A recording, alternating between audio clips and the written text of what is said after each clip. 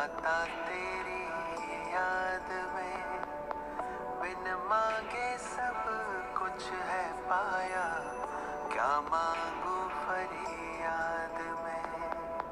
हम तो सदा महफूज हुए हैं ताता तेरी याद में, बिन मांगे सब कुछ है पाया, क्या मांगू फरियाद में।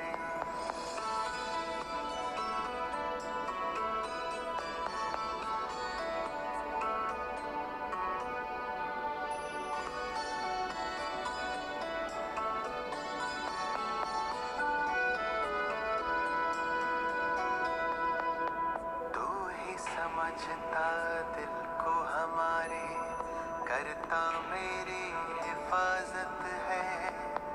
तुझ पर ही तो हक है सारे, तू ही मेरी ताकत है। तू ही समझता दिल को हमारे, करता मेरी हिफाजत है। तुझ पर ही तो हक है सारे, तू ही मेरी ताकत है। तू ही सबसे पहले दिल में, बाकी सब है बाद में। हम तो सदा महफूज हुए हैं भगवन तेरी याद में। तू ही सबसे पहले दिल में, बाकी सब है बाद में। हम तो सदा महफूज हुए हैं भगवन तेरी याद में।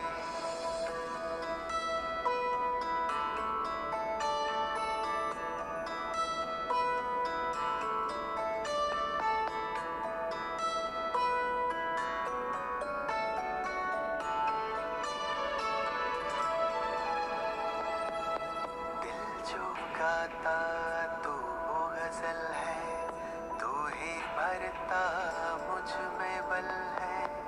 तुझसे मुकम्मल मेरी सांसें, तू ही जीवन सबका तराशे। दिल जो गाता तू वो गजल है, तू ही भरता मुझ में बल है। तुझसे मुकम्मल मेरी सांसें, तू ही जीवन सबका तराशे। तुमने दी है हर एक खूबी मुझको आशीर्वाद में। हम तो सदा महफूज हुए हैं साहिब तेरी याद में। तुमने दी है हर एक खूबी मुझको आशीर्वाद में। हम तो सदा महफूज हुए हैं साहिब तेरी याद में।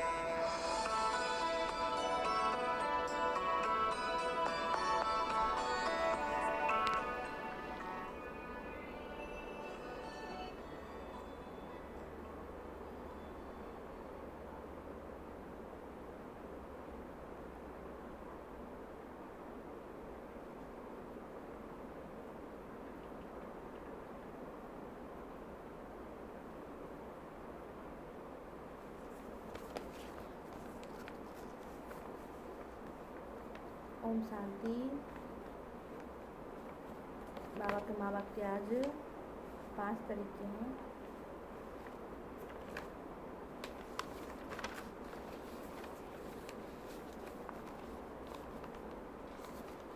बावन का मीठे बच्चे,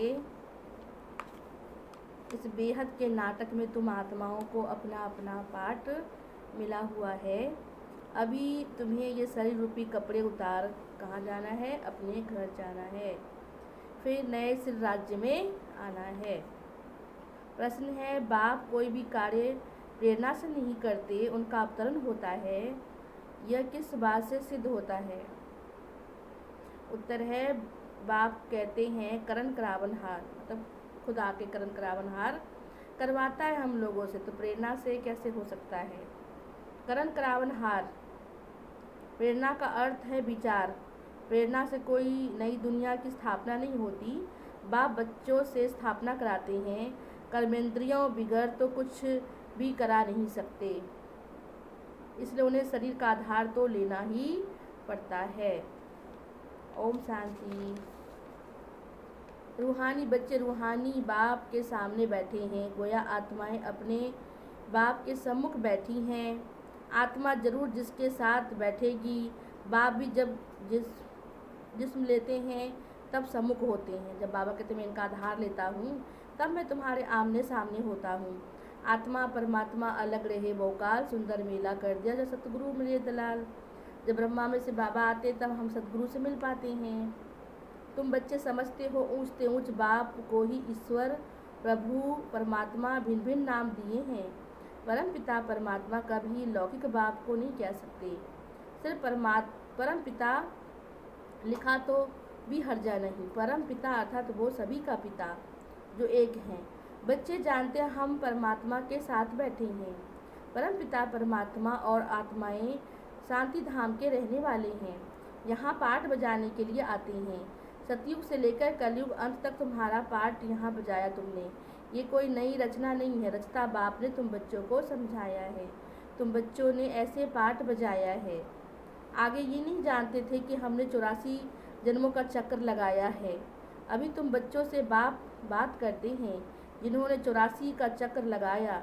सब तो 84 जन्म नहीं ले सकते ना, ये समझाना है 84 का चक्र कैसे फिरता है।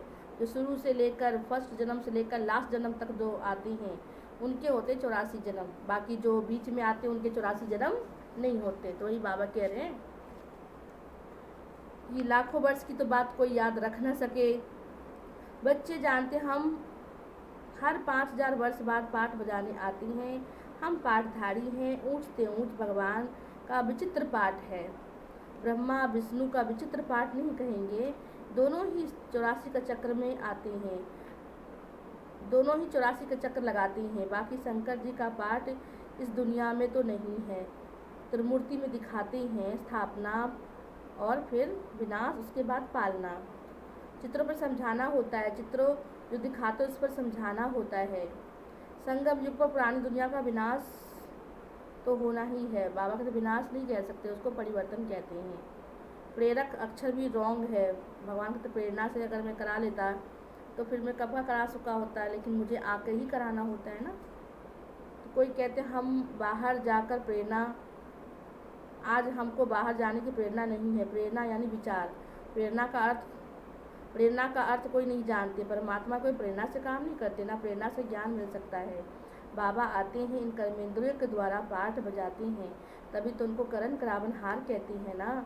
तो बच्चों से करवाते हैं तो कराएंगे बच्चों से ना, शरीर बिगड़ तो कर ना सके। इन बातों को कोई नहीं जानते, ना ईश्वर बाप को जानते। ऋषि मुनि आदि कहते हैं हम ईश्वर को नहीं जानते, ना आत्मा को ना परमात्मा को जानते हैं। बाप मुख्य क्रिएटर डायरेक्टर और डायरेक्शन भी देते हैं, यानी कि श्रीमत देते हैं। मनुष्य के बुद्धि में तो क्या बैठा हुआ है, कहते सभी जगह भगवान सबके अंदर बैठा हुआ है। भगवान कहते सभी जगह नहीं बैठा हूँ, सभी जगह मेरी याद है, कहीं भी बैठकर परमात्मा को ध्यान लगा सकते हो। ये तुम्हारी बेहद की फैमिली है। बाबा कहते तुम रूहानी फैमिली की खुशबूदार बच्चे हो। निराकारी सिर्फ बाबा, निराकारी दुनिया का बाबा। शरीर तब आत्मा में बोलती है। निराकारी आत्माओं का बाबा शरीर है, तब आत्मा बोलती है बाबा। बिगड़ शरीर तो बोल ना सके, बिगड़ शरीर। तो बाबा कहते ना हम आत्मा कैसे बोलेंगे। तो बाबा कहते मुझे भी तो आधार चाहिए ना बोलने के लिए। तो मैं ब्रह्मा का आधार से तुम बच्चों को अपनी बात कहता हूँ, तुम्हें शिक्षाएं देता हूँ, श्रीमत देता हूँ। पुराने और नए के बीच बाप आते हैं। जब पुरानी दुनिया का विनाश और नई दुनिया का स्थापना होती है, उसके बीच में संगम युग में बाबा आते हैं। अभी तुम बेहद के नाटक की नॉलेज मिलती है। जैसे उस नाटक में एक्टर्स आते हैं घर से साधारण कपड़े पहन के, और जब वहाँ पे आते हैं तो अपना कपड़ा चेंज कर लेते हैं। तो बाबा कहते बच्चे तुम भी वहाँ से आए थे ऊपर से, तो तुम विद्धि रूप आए थे, तो यहाँ आकर तुमने क्या किया, शरीर रूपी कपड़े को धारण किया और पाठ बजाते बजाते कितने कपड़े बदले। आज भिन्न भिन्न चोले में भिन्न भिन्न रोल करके आए हो, तो अपने आप को भूल चुके हो। यहाँ तुम आते हो घर से अशरीरी आना होता है, यहाँ आकर शरीर रूपी कपड़े पहनते हो। हर एक को अपना अपना पार्ट मिला है। ये बेहद का नाटक है, बेहद की सारी दुनिया है, फिर नई होगी, वो छोटी है जहाँ एक धर्म, एक राज्य, एक भाषा, एक कुल और एक मत होता है। अनेक मनुष्य होने से बेहद हो जाती है, वहाँ तो है ही एक धर्म। थोड़े मनुष्य होते हैं सतयुग में, एक धर्म की स्थापना के लिए बाप आते हैं। तुम बच्चे बेहद का नाटक के राज को समझते हो, ये चक्र कैसे फिरता है। इस समय जो कुछ प्रैक्टिकल में होता है उनका फिर भक्ति मार्ग में त्यौहार आदि मनाते हैं, जैसे रक्षाबंधन, दिवाली जो हम यहाँ पे मनाते हैं वही फिर भक्ति मार्ग में होता है। तो यहाँ आत्मा रूपी दिया को जलाते हैं ना, बाबा कहते हैं, तो इसीलिए घर घर में दिया जलाते हैं। तो जो त्यौहार यहाँ मनाते हैं वो फिर रिपीट होता है द्वापर युग से। तो बाबा तुम बच्चों को समझाते हैं, ऊँचते ऊँच भगवान शिव बाबा की जयंती कहते हैं, वह जब आए तब त्यौहार बने। जैसे बाबा ने कल कहा था, मैं रक्षाबंधन आया हूँ, पवित्रता का राखी बंधवाता हूँ, है ना, तो तुम पवित्र बनते हो, इसलिए उसी के उपलक्ष्य में रक्षाबंधन मनाया जाता है। बाबा आते हैं, गीता सुनाते हैं, आदि मध्य अंत का ज्ञान सुनाते हैं, योग भी सिखाते हैं, साथ साथ तुमको पढ़ाते भी हैं। तो पहले पहले बाप आया तो शिव जयंती हुई, फिर कहेंगे गीता जयंती, जब शिव बाबा आते हैं और गीता सुनाते हैं तब श्री कृष्ण जी का जन्म होता है, इसलिए गीता जयंती होती है। आत्माओं को ज्ञान सुनाते हैं, गीता जयंती हो गई। तुम बच्चे विचार कर त्यौहार को नंबरवार लिखो, इन बातों को समझेंगे। अपने धर्म के हर एक को अपना अपना धर्म प्यारा लगता है ना, दूसरे धर्म वालों की तो बात ही नहीं है, बल्कि इसको दूसरा धर्म प्यारा भी हो परंतु उसमें आ ना सके। स्वर्ग में और धर्म वाले थोड़ी आते हैं, झाड़ में बिल्कुल साफ दिखाया है। जो जो जिस धर्म का है जब जब समय होता तब आते हैं। अब वो आते हैं द्वापर युग में, सतयुग त्रेता में तो आते नहीं हैं। सतयुग त्रेता में तो देवी देवता धर्म होता है, वो तो सतयुग का है, तो लिखना पड़े ना। ये ज्ञान की बातें हैं, शिव जयंती कब हुई वो भी पता नहीं है, ज्ञान सुनाया, उसको गीता कहा जाता है। ज्ञान का कभी विनाश नहीं होता है। जगदम्बा की जयंती का भी हॉलीडे नहीं है। मनुष्य किसी की तिथि तारीख आदि बिल्कुल नहीं जानते। लक्ष्मी नारायण, राम सीता का राज्य नहीं जानते। 2500 वर्षीय तो हुए आए हुए, उनको भी नहीं जानते, परंतु उनसे पहले आदि सनातन देवी देवता थे, उनको कितना समय हुआ कुछ भी नहीं जानते। 5000 वर्ष से पूरा कल्प तो हो न सके, आधा तरफ ढेर संख्या आ गई ना। सतयुग त्रेता में तो संख्या कम होती है और द्वापर युग में क्या होती है, संख्या बढ़ जाती है। तो बाबा ने कहा देखो आधा वर्ष में ढेर सारी संख्या हो जाती है ना। मनुष्य अभी बहुत अंधियारे में है, लाखों वर्ष कह देने से बहुत अंधियारे में चले गए हैं। समझते भगवान को आना चाहिए, लेकिन भगवान को तो आना चाहिए संगम पर। महाभारत लड़ाई तो लगती ही है संगम पर। बाबा कहते हैं कलप कलप के संगम युग में आता हूँ। बाप आएंगे नई दुनिया की स्थापना, पुरानी दुनिया का विनाश कराने, यानी कि परिवर्तन लाने। नई दुनिया की स्थापना होगी तो पुरानी दुनिया का विनाश होगा। तो बाबा ने कहा अभी तुम सारी बातें समझते हो, कैसे से बाबा आते हैं और विश्व का परिवर्तन होता है ना। शंकर जी का रोल कहाँ होता है ये अभी तुम समझते हो। शंकर के द्वारा क्या होता है, प्रेरक बनते हैं, उससे क्या होता है, फिर विश्व का परिवर्तन होता है। नई दिल्ली फरिस्तान था, जमुना का कंठा था, लक्ष्मी नारायण का राज्य था। चित्र भी है, लक्ष्मी नारायण को स्वर्ग का ही कहेंगे। बच्चों ने साक्षात्कार भी किया है, कैसे स्वयंवर होता है वहाँ पर। शुरू में सबको साक्षात्कार हुए थे, बाबा कहते लास्ट में भी सब बच्चों को ऐसी नई दुनिया के नज़ारा दिखेंगे। बाबा रिवाइज कराते, अच्छा पॉइंट याद नहीं पड़ती तो बाबा को याद करो, बाप भूल जाता है तो टीचर को याद करो। टीचर जो सिखलाता है वो ज़रूर याद आएगा ना। टीचर भी याद रहे, नॉलेज भी याद रहे, उद्देश्य में बुद्धि में याद रहे, क्या उद्देश्य से हम बाबा के बच्चे बने हैं, याद रखना पड़े ना। क्योंकि तुम कौन हो, बताओ कौन हो आप, स्टूडेंट हो ना, स्टूडेंट को सब पता होना चाहिए। तुम्हारी स्टूडेंट लाइफ है ये तुम जानते हो, जो हमको पढ़ाते हो हमारा बाप है। लौकिक बाप को कोई गम नहीं हो सकता, लौकिक अलौकिक और ये है पारलौकिक। इनको याद नहीं करते, याद तो सिर्फ बाबा को करना है, जिनकी याद से हमारे विकर्म विनाश होते हैं। वर्षा यानी प्रॉपर्टी सिर्फ बाबा से मिलता है, तो उनको याद करना है, अंत तक याद रहती है। शरीर छोड़ा फिर दूसरा बाप मिल जाता है। जैसे इस जन्म में पूरा हुआ, नए सिर से जन्म लेंगे तो नए माँ बाप, नए संबंधी मिलेंगे। पारलौकिक बाप को दुख व सुख में याद करते हो, जब दुख मिलता है तो पारलौकिक बाप को याद करते हो। बच्चा मिला तो कहेंगे सुख, बच्चा मिला तो कहेंगे ईश्वर ने दिया, बाकी प्रजापिता ब्रह्मा को क्यों याद करेंगे, इनसे कुछ थोड़ी ना मिलता है, ये तो बीच का बाप है ना, मतलब बिचौला है ना। हम बच्चों को आत्मा परमात्मा का मिलन कराते हैं। तुम जानते हो ब्रह्मा के द्वारा सिर्फ बाबा से वर्षा लेते हैं, जैसे हम पढ़ते हैं। ये रथ भी निमित्त बना हुआ, ये भी पढ़ाई कर रही हैं। बहुत जन्मों का अंत का इनका शरीर भी रथ बना हुआ है। रथ का नाम तो रखना पड़ता है ना, बेहद का संन्यास रथ कायम रहता है, बाकी का ठिकाना नहीं। चलते फिरते क्या होता, आते हैं जाते हैं, आते हैं जाते हैं, भागंती भी हो जाते हैं। रथ तो मुकर्रर है बाबा का, ड्रामा अनुसार इनको कहा जाता है भाग्यशाली रथ। तभी कहते भाग्य रथ से गंगा निकली, तो ये बहुत भाग्यशाली रथ है। इनके द्वारा इस बाबा का ज्ञान गंगा बहाते हैं। तो भाग्यशाली रथ माना जाता है जिसमें बाबा आकर ज्ञान देते हैं, स्थापना का कार्य कराते हैं। तुम भाग्यशाली रथ नहीं ठहरे, तुम्हारी आत्मा इस रथ में बैठी है। वो भाग्यशाली रथ क्योंकि भगवान ने उनका धार लिया। हम भाग्यशाली रथ थोड़ी कहलाएंगे क्योंकि हम रथ थोड़ी न बने हैं, हम तो अपनी आत्मा के रथ बने हैं। आत्मा पवित्र बन जाती है, इसलिए बलिहारी स्तन की है जिसमें बैठ पढ़ाते हैं। ये अंतिम जन्म बहुत ही वैल्यूबल है, इसलिए इसकी बहुत संभाल भी करनी है, इससे बहुत कमाई भी करनी है ना। बाकी का 21 जन्म इसी पर आधारित है ना। तो बाबा ने कहा हम बदल, बहुत वैल्यूबल शरीर है, बदल हम देवता बन जाते हैं।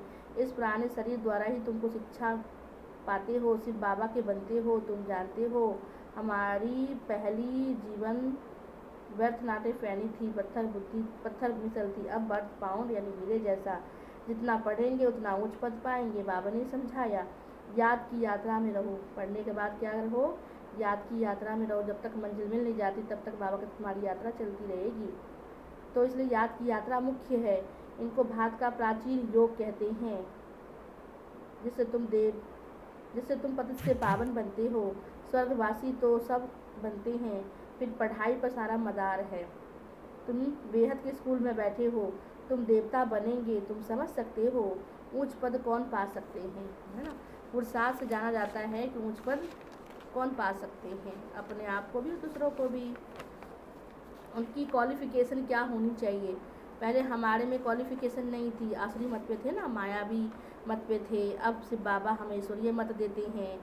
आसुरी मत से उतरती कला हो जाती है, ईश्वरीय मत से चढ़ती कला। ईश्वरीय मत देने वाला एक है, आसुरी मत देने वाले अनेक हैं। मत देने वाले मतांतर बहुत हैं। बाबा कहते एक के मत पे चलना है। माँ बाप भाई बहन टीचर गुरु कितने मत मिलते हैं, अभी तुमको एक मत मिलती है जो 21 जन्म काम आती है। तो ऐसे श्रीमत पे तुम्हें चलना चाहिए ना, जितना चलेंगे उतना श्रेष्ठ पद पाएंगे, कम चलेंगे तो कम पाएंगे। श्रीमत है भगवान की, ऊंचते ऊंच भगवान है जिसने कृष्ण को भी ऊंचते ऊंच बनाया, फिर नीचे से नीचे किसने गिराया, माया रावण ने। बाप गोरा बनाते हैं और माया रावण सावरा बना देती है, यानी कि आत्मा को काला कर देती है। बाबा कहते वाइसलेस देवी देवताओं की महिमा गाते हैं। सर्वगुण संपन्न 16 कला संपूर्ण मर्यादा पुरुषोत्तम। तो सन्यासियों को संपूर्ण निर्विकारी नहीं कहेंगे। सतयुग में आत्मा और शरीर दोनों ही निर्विकारी होती है। देवताओं को सब जानते हैं, वो संपूर्ण निर्विकारी होने के कारण संपूर्ण विश्व के मालिक बनते हैं। अभी तो पावन है ही नहीं, फिर से तुम बनते हो। बाप संगम युग में आते हैं, ब्रह्मा के द्वारा ब्राह्मण, ब्रह्मा के बच्चे तुम सब क्या ठहरे, ग्रेट ग्रेट ग्रैंड फादर। बोलो प्रजापिता ब्रह्मा का नाम नहीं सुना है। प्रजापिता ब्रह्मा द्वारा ही सृष्टि रची जाती है। हम सब ब्राह्मण कुल के हैं, ब्रह्मा मुख वंशावली है। आत्मा भाई भाई है परमात्मा के नाते। अब शरीर के नाते हम क्या देते हैं, है ना। शरीर के नाते हम क्या कहलाते हैं, हम तो क्या हैं, हम तो तभी कहते हैं ना भाई बहन, क्यों कहते हैं। हम स्त्री हैं तो फिर क्या हो, बहन हुए, वो पुरुष है तो भाई हुए, है ना। तो भगवान के आगे तो बच्चे हैं ना उनके, लेकिन जो रिश्ते नाते घर के हैं वो तो रहेंगे ही। पर हम सिर्फ बाबा के परमात्मा के आगे तो कौन है, ब्रदर सिस्टर दिखते हैं ना। हम स्त्री हैं तो स्त्री, वो पुरुष है तो पुरुष। तो ब्रह्मा मुख वंशावली ब्राह्मण बच्चे बनते हैं। यहाँ राजा रानी की तो बात नहीं है, ये ब्राह्मण कुल तो संगम का थोड़ा समय चलता है। राजाई ना पांडवों की थी ना कौरवों की थी, लड़ते लड़ते दिखा दी खत्म हो गए, आगे का रिजल्ट तो दिखाया ही नहीं। तो इसलिए बाबा कहते हैं जब तुम्हारी जीत होती तो सतयुग का सुख मिलता है। तो पांडवों की प्रीत बुद्धि थी, कौरवों की भी प्रीत बुद्धि थी। जो प्रीत बुद्धि होंगे उसको स्वर्ग की बादशाही मिलेगी, और जो वृद्ध बुद्धि है वो उसको क्या होगा, अपने हिसाब किताब चुकतू करके घर जाना होगा। अच्छा, मीठे मीठे सिकिलधे बच्चों प्रति माता पिता बाप दादा का याद प्यार और गुड मॉर्निंग। रूहानी बाप की रूहानी बच्चों को नमस्ते, रूहानी बच्चों की रूहानी बाप को नमस्ते नमस्ते नमस्ते। धारणा के लिए मुख्य सार है, बाबा ने कहा 21 जन्म श्रेष्ठ पद का अधिकारी बनने के लिए सब आसुरी मतें छोड़ दो। बाबा ने कहा ना, काका मामा चाचा के मते पे बहुत चल चुके हो, अब एक जन्म एक के मत पे चलो तो 21 जन्मों का सुख मिलेगा। तो 21 जन्म श्रेष्ठ मत पद का अधिकारी बनने के लिए सब आसुरी मतों को छोड़ एक ईश्वरीय मत पे चलना है। संपूर्ण वाइसलेस यानी पवित्र बनना है। दूसरा है, इस पुराने शरीर में बैठ बाप की शिक्षाओं को धारण कर देवता बनना है। ये बहुत ही वैल्यूबल जीवन है, इसमें बर्थ पाउंड बनना है ना। बहुत ही बहुत वैल्यूबल शरीर है तुम्हारा, इससे बर्थ पाउंड बनना है। आज का वरदान है, सर्व संबंधों के सहयोग की अनुभूति द्वारा निरंतर योगी सहज योगी भव। सर्व संबंधों को सहयोग की अनुभूति द्वारा निरंतर योगी सहज योगी भव। आगे है, हर समय बाप के भिन्न भिन्न संबंधों का सहयोग लेना है। कभी बाप के रूप में, कभी टीचर के रूप में, कभी सतगुरु के रूप में, कभी माता पिता के रूप में, कभी सखा के रूप में। बाबा कहते जो संबंध तुम्हें लगे मुझे इससे सुख नहीं मिल रहा तो वो सुख परमात्मा से लेना है। हर समय बाप के भिन्न भिन्न संबंधों का सहयोग लेना अर्थात अनुभव करना ही सहज योग है। अनुभव करना ही सहज योग है। बाप कैसे भी समय पर संबंध निभाने के लिए बंधे हुए हैं। सारे कल्प में अभी ही सर्व संबंधों की खान प्राप्त होती है। सारे कल्प में एक ही बार संगम युग में बाबा आते हैं और हमारे हर संबंधों का अनुभव कराते हैं। सदा ही सर्व संबंधों का सहयोग लो, निरंतर योगी बनो, सहज योगी बनो, क्योंकि जो सर्व संबंधों की अनुभूति व प्राप्ति में मगन रहता है वो पुरानी दुनिया के वातावरण से सहज ही उपराम हो जाता है। सहज योगी बनो, क्योंकि सर्व संबंधों की अनुभूति व प्राप्ति में मगन रहता है वो पुरानी दुनिया के वातावरण से सहज ही उपराम हो जाता है। स्लोगन है, सर्व शक्तियों से संपन्न रहना, यही ब्राह्मण स्वरूप की विशेषता है। सर्व शक्तियों से संपन्न रहना यही ब्राह्मण स्वरूप की विशेषता है ना। बावन जो शक्तियाँ दिया है उसे संपन्न रहना यही ब्राह्मण स्वरूप की विशेषता है। अच्छा, ओम शांति, है ना। तो बाबा ने क्या कहा है उस पर ध्यान देना है आज की मुरली पर, ठीक है। अच्छा, ओम शांति। कल टीचर्स डे, आज टीचर्स डे है, हैप्पी टीचर्स डे। शिव बाबा जो हमें इस समय टीचर बन के पढ़ाता है उसकी शिक्षाओं को धारण करना है और उसे विश्व भी करना है। अच्छा, ओम शांति।